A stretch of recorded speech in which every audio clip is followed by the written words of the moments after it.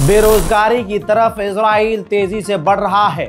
ऐसी खबरें आपको कोई बताता नहीं होगा, मैं आपको बता रहा हूं। इजराइल अपने तमाम नुकसानात को छुपा रहा है और भारत के अंधभक्त से बड़ा कोई पनौती है ही नहीं। ससुरे जैसे ही हजारों की तादाद में इजराइल गए, इजराइल ने कहा कि हम फिलिस्तीनी वर्कर्स को हायर नहीं करेंगे, अब ना काम करने देंगे, हम विदेश से लेके आएंगे वर्कर्स। तो यहाँ से गोबरखोरों को वहाँ लेके गए, वहाँ भी गोबरखोर जाके पनौती फैला दिए। ऐसी पनौती फैला दिया कि इजराइल खुद ही बर्बाद होने लगा। आपको पता है इजराइल के अंदर हर 5वां जो बड़ा होटल है बंद हो चुका है। होटल इंडस्ट्री बर्बाद हो चुकी है। फुल स्क्रीन पर लगाओ भैया, सबूत लगाओ। हाँ, ये देखिए दोस्तों, 90 टोटल होटल्स जो हैं इजराइल के अंदर बंद हो गए हैं। हजारों वर्कर बेरोजगार हो गए हैं। इजराइल के मीडिया ही खुद कह रहे हैं पूरी तरह से 90 जो होटल से बंद हो चुके हैं, 20% ही केवल चल रहे हैं, बाकी होटल ठप हो चुका है। दुकानें बंद हो चुकी हैं, फैक्ट्रीज बंद हो चुकी हैं, कारखाने जो बड़े छोटे हैं वो सब बंद हो चुके हैं। जो इन्वेस्टर्स हैं, जो विदेशी लोग हैं, जो बड़ी बड़ी कंपनियां हैं जो इजराइल के अंदर इन्वेस्ट कर रही थी, उन्होंने कंपनियों में इजराइल के इन्वेस्ट करना बंद कर दिया है, जिसकी वजह से वो कंपनियां इजराइल के अंदर ठप हो गई हैं और वर्कर भी बेरोजगार हो गए हैं। समझे, ये इजराइल का नुकसान आपको कोई बताएगा नहीं। इन्हीं वजह से इजराइल की जीडीपी भी लगातार गिरती जा रही है। इजराइल जहां दूसरे, तीसरे और 5वें नंबर पर आता था टूरिज्म के मामले में, इजराइल का टूरिज्म भी पूरी तरह से ठप हो गया है। उधर इजराइल के नुकसानों में सबसे बड़ा नुकसान ये है कि जब से ये जंग चल रही है, 793 इजराइल के सैनिक 7 अक्टूबर से अब तक मारे जा चुके हैं। ये तो ऑन रिकॉर्ड इजराइल ने माना है। हमास और हिजबुल्लाह का दावा यह है कि 2000 से ज्यादा हमने सैनिक मार दिए हैं और 10,000 इजराइल के सैनिक बुरी तरह से घायल हैं। और ये बात मैं आपको 5 दिन पहले ही बता चुका हूं कि इजराइल के हजारों ऐसे सैनिक हैं जो परमानेंटली डिसेबल हो चुके हैं। किसी का हाथ चला गया, किसी की आंख चली गई, किसी का सर फट गया है, आधा सर खुला हुआ है, अब ऑपरेशन हो रहा है। और इसके अलावा जो जिस्मानी तौर से अपाहिज नहीं हुए हैं, वो दिमागी तौर से मेंटली डिस्टर्ब है, जिनको थेरेपी लेनी पड़ रही है। इजराइल का जो फाइनेंस मिनिस्टर है वो लगातार भड़काऊ भाषण और भड़काऊ कदम उठा रहा है, जिसके चलते हुए अमेरिका की दूसरी जो और भी पार्टीज हैं, उनके तमाम 80 से 85 लोगों ने मिलकर बाइडेन सरकार से कहा है कि इस व्यक्ति पर, इजराइल के फाइनेंस मिनिस्टर पर पाबंदी लगा दी जाए। इंटरनेशनल लॉ के एडवाइजर ने अपने मुंह से एक्सेप्ट किया है, वीडियो सबूत दूंगा आपको।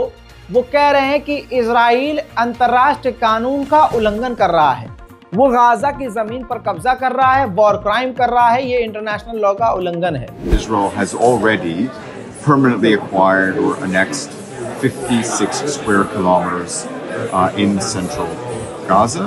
It has plans to acquire parts of Gaza permanently, and there have been public statements by Israeli officials to that effect. Again, this is an absolute breach of international law, including what the International Court of Justice has said. This summer, I think they have been quite open and transparent about their desire to permanently acquire the territory, to reestablish Israeli settlements that were withdrawn in 2005, and this would be to the absolute detriment of Palestinians living in Gaza.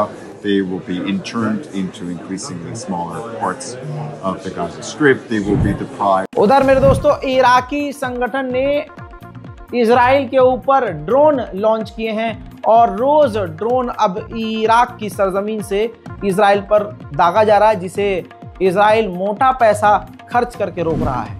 मेरे दोस्तों, देश की सरकारें भले ही Israel का साथ दें, लेकिन अगर जनता, बिजनेसमैन अगर एक हो जाएं तो इजरायलियों की चीख निकल जाए।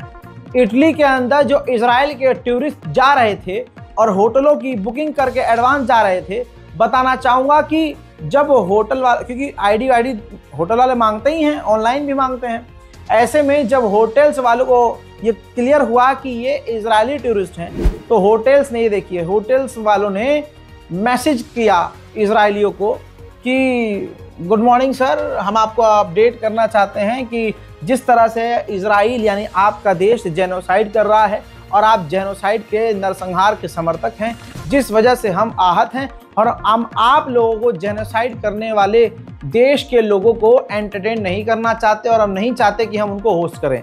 लिहाजा फ्री कैंसिलेशन हमने आपके लिए ऑन कर दी है, आप कैंसिल कीजिए और कहीं और प्रस्थान कीजिए। इस तरह से इटली के होटल्स कर रहे हैं।